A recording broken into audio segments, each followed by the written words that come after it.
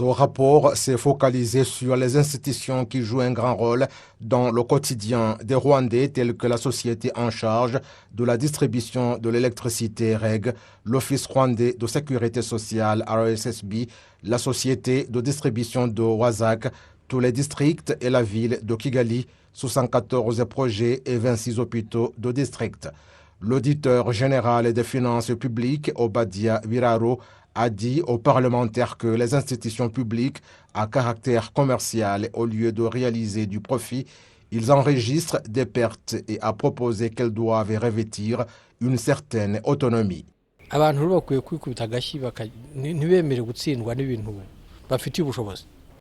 Les gens doivent tourner la page et cesser de laisser les choses pour lesquelles ils sont qualifiés pour les vaincre. La responsabilité, comme je l'ai expliqué, n'est pas une tâche trop compliquée. Les gens devraient connaître leurs devoirs et les exécuter de manière professionnelle. J'ai dit au Parlement qu'une entreprise est supposée réaliser du profit, c'est tout. Ne pas le faire devrait être clairement abordé. La clé réside dans le type de gestion dans une institution donnée et dans la manière dont elle peut changer d'attitude en réalisant que les autres institutions font des bénéfices et que vous devriez en faire autant.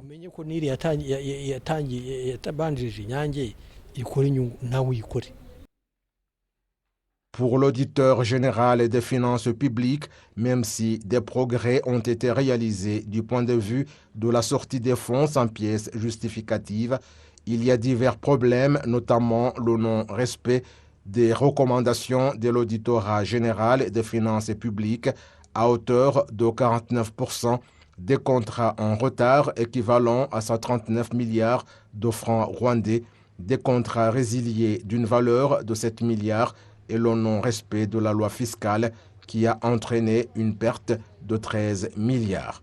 Les députés ont à ce propos indiqué qu'il faut trouver une solution durable.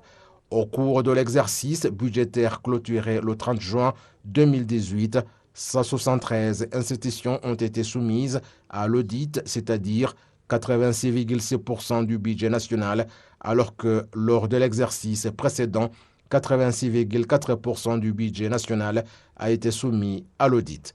Ce rapport montre que les sorties de fonds sans pièces justificatives ou mal utilisées, non autorisées ou détournées sont évaluées à plus de 5 milliards de francs rwandais, c'est-à-dire qu'il y a une réduction de 68% car elles ont passé de 17 milliards en 2016 à 5 milliards en 2018.